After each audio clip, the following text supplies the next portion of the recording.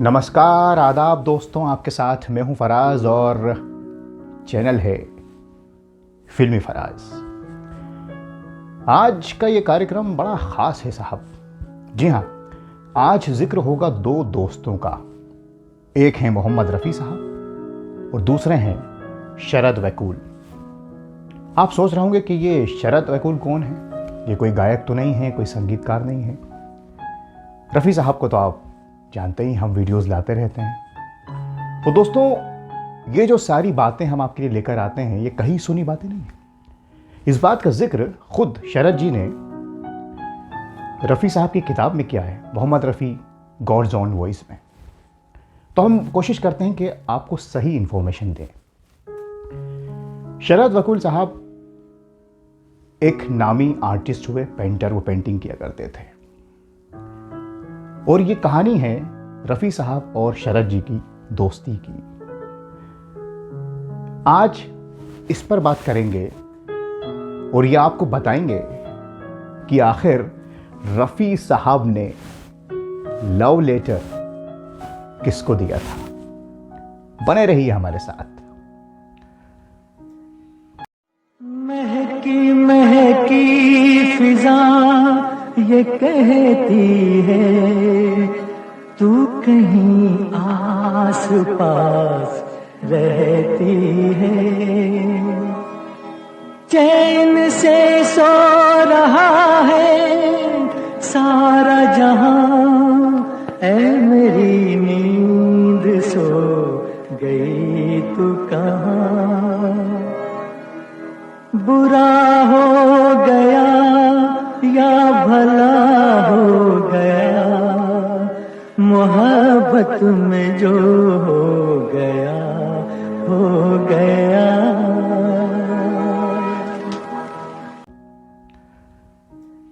दोस्तों, कहानी शुरू होती है 1963 से, जब रफ़ी साहब एक बार होटल ताज में एक पेंटिंग एग्जीबिशन देखने गए। ये बात कम लोगों को पता है कि रफ़ी साहब गायक तो थे ही, लेकिन वो आर्ट को बहुत ज़्यादा पसंद करते थे, पेंटिंग्स के बड़े शौकीन थे। तो वो चले गए एग्जीबिशन देखने और वहाँ तमाम आर्टिस्ट मौजूद थे, पेंटर्स, जिनकी पेंटिंग्स लगी थी गैलरी में। रफ़ी साहब देख रहे थे। एक पेंटिंग उन्हें बड़ी पसंद आई, कुछ मॉनसून की पेंटिंग थी, बारिश का रंग। उसे वो देख रहे थे, मुस्कुरा रहे थे। जिस पेंटिंग को वो देख रहे थे और वो जिस आर्टिस्ट की थी, जब उसने रफ़ी साहब को देखा तो उनके पास गया। वो रफ़ी साहब को पहचान नहीं पाया, क्योंकि उस ज़माने में इतना मीडिया ग्लैमर नहीं था और कई बार ऐसा होता है कि आदमी एकदम नहीं पहचान पाता। तो उसने रफ़ी साहब से पूछा कि आप कौन हैं जनाब? मैं देख रहा हूँ आप बड़े खुश हो रहे हैं पेंटिंग को देखकर। तो रफ़ी साहब ने मासूमियत से कहा कि जनाब, मैं एक मामूली सा गायक हूँ, मेरा नाम मोहम्मद रफ़ी है। ये सुनते ही पेंटर रफ़ी साहब से गले लग गया। कहने, आप रफ़ी साहब हैं? ओ, खुशी का ठिकाना ना रहा। कहने लगा, आज मेरी किस्मत खुल गई। यहाँ से शुरुआत हुई रफ़ी साहब और शरद जी की दोस्ती की। उसके बाद रफ़ी साहब ने वो पेंटिंग ले ली, जो उस पर लिखा था, कीमत जो भी थी, वो चेक दे दिया। उसके बाद से फिर ये सिलसिला शुरू हुआ और फिर क्या कुछ हुआ ये हम आपको आज बता रहे हैं। दोस्तों, इसके बाद रफ़ी साहब ने शरद जी से ये कहा कि वो पेंटिंग आप ही लगा दीजिए मेरे घर आकर, और शरद जी को बुला लिया अपने घर पे। और जब वो घर पर रफ़ी साहब के घर गए और पेंटिंग लगाई, वहीं सिटिंग रूम में जहाँ रफ़ी साहब रियाज़ किया करते थे। इत्तेफाक से उस वक्त नौशाद साहब भी मौजूद थे। रफ़ी साहब ने शरद जी को नौशाद साहब से मिलाया कि हमारे दोस्त हैं। वो फिर बातें चलती रही, वक्त गुजरता रहा।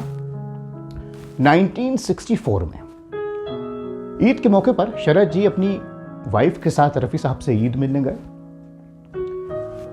बातें हुई, सिवैयाँ खिलाई गईं और रफ़ी साहब मुस्कुराते हुए आए अपने अंदाज में और एक एनवेलप दिया शरद जी की वाइफ के हाथों में और कहा कि ये हमारी तरफ से प्रेम पत्र है आप दोनों के लिए, लेकिन इसे यहां मत खोलिएगा, घर जाइए और फिर खोलिए। बात समझ नहीं आई। दोनों घर गए एनवेलप को खोला तो उसमें दोस्तों आप हैरत करेंगे, 1 2 3 4 हज़ार नहीं, 51,000 का चेक था। 51,000 उस ज़माने में कितनी बड़ी रकम होगी। शरद जी ने जब उस चेक को देखा तो समझ में नहीं आया ये चेक क्यों दिया है। उन्होंने रफ़ी साहब से फ़ोन पर बात की तो रफ़ी साहब ने कहा, अरे भाई आपने एक बार जिक्र किया था ना कि आपको अपना स्टूडियो खोलना है कोल्हापुर में जहाँ के आप हैं।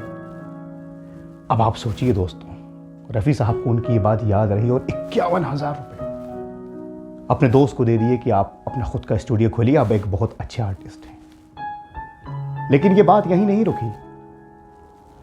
रफ़ी साहब एक बार इटली गए शो करने, तो वहाँ उन्होंने एक आर्ट गैलरी देखी और उन्हें बड़ी पसंद आई। उन्होंने वहीं से शरद जी को फ़ोन किया कि यहाँ आपको आना चाहिए इटली, आपको बहुत कुछ सीखने को और नया कुछ करने को मिलेगा। और बाद में उन्होंने इटली भेजा शरद जी को अपने खर्चे पर, अपने दोस्त को। ऐसी थी इन दोनों की दोस्ती जिसे शरद जी याद करते करते रो देते हैं दोस्तों। ये सिलसिला चलता रहा चलता रहा। शरद जी ने एक बार रफ़ी साहब को अपने घर खाने पर बुलाया और अपनी बेगम से कहा कि मटन बनाइए, नॉनवेज बनाइए, रफ़ी साहब आ रहे हैं। लेकिन रफ़ी साहब हर मज़हब की बड़ी इज्जत करते थे। उन्होंने कहा कि नहीं मैं वेज खाऊंगा, आप भिंडी बनाइए मेरे लिए और मिर्ची के भजिए। साहब यही हुआ, रफ़ी साहब गए, खाना खाया और बड़ा आनंद लिया। शरद जी को बड़ी खुशी हुई दोस्तों।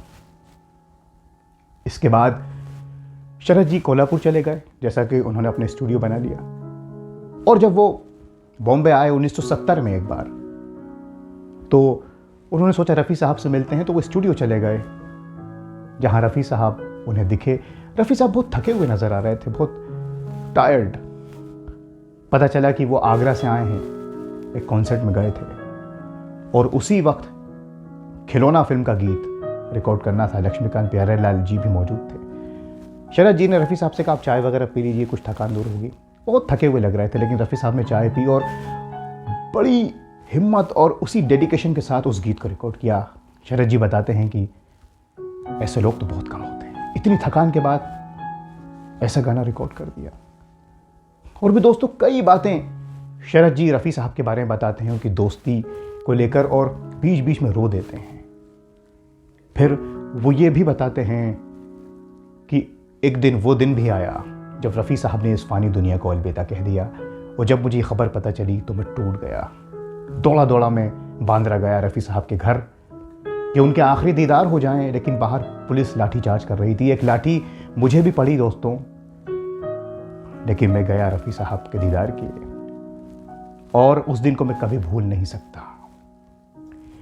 शरद जी ने रफ़ी साहब की तस्वीर अपने घर में लगा रखी है और वो हर साल उनके नाम का श्राद्ध किया करते थे।